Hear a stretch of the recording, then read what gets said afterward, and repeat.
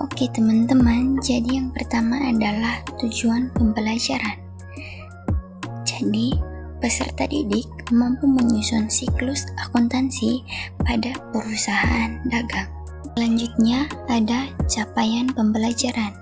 Jadi, peserta didik memahami peranan akuntansi sebagai alat bantu pengembalian keputusan keuangan dan ekonomi. Oke teman-teman, jadi pengertian jurnal khusus perusahaan dagang. Sebagai ilustrasinya, dalam proses pencatatan transaksi untuk perusahaan kecil, jurnal yang dibuat adalah jurnal umum. Akan tetapi, bagi perusahaan besar dengan transaksi keuangan yang banyak dan sering terjadi, maka proses pencatatan tidak mungkin menggunakan jurnal biasa atau umum, yang biasa dikerjakan oleh satu orang saja. Oleh sebab itu, untuk menghemat waktu dan memudahkan pembagian pekerjaan, maka perlu dirancang suatu sistem pencatatan transaksi yang khusus untuk itu, yaitu jurnal khusus.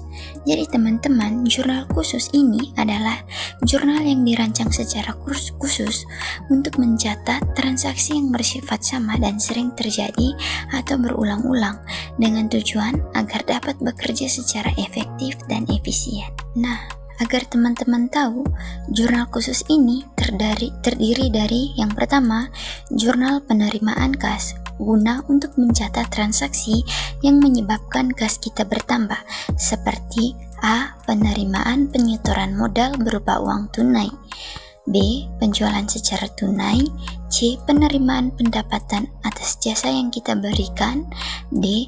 Penerimaan pelunasan atas piutang. Kedua, jurnal pengeluaran kas, guna untuk mencatat transaksi yang menyebabkan kas kita berkurang, seperti A. Pembayaran biaya-biaya, B. Prive, C. Pembelian secara tunai, D. Pembayaran utang. Yang ketiga, jurnal pembelian, guna untuk mencatat transaksi pembelian secara kredit. Yang keempat, jurnal penjualan, untuk mencatat transaksi penjualan barang dagangan secara kredit.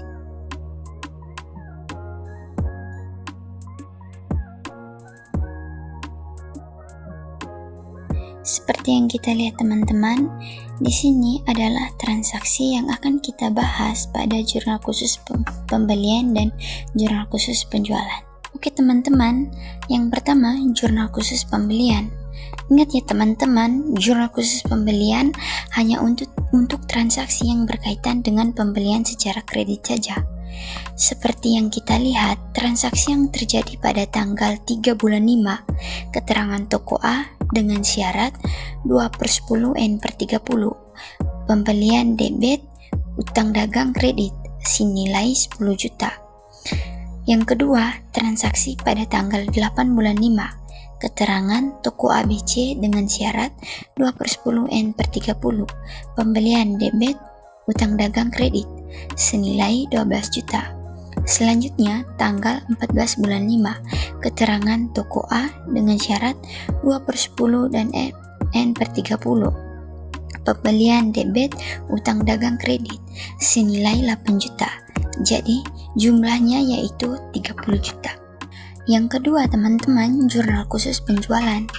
Ingat ya teman-teman, jurnal khusus penjualan hanya untuk transaksi penjualan secara kredit, seperti pada soal transaksi yang terjadi pada tanggal 9 bulan 5. Keterangan toko Ria dengan syarat 3/15 N/60, piutang dagang diposisikan debit, penjualan diposisikan kredit, senilai 20 juta. Selanjutnya, tanggal 12 bulan 5, keterangan toko Bintang dengan syarat 2/10 N/30, piutang dagang debit, penjualan kredit, senilai 15 juta. Selanjutnya, tanggal 17 bulan 5, keterangan toko Ria dengan syarat 2/10 N/30, piutang dagang diposisikan debit, penjualan diposisikan kredit, senilai 15 juta. Jadi teman-teman, jumlah seluruhnya yaitu 50 juta.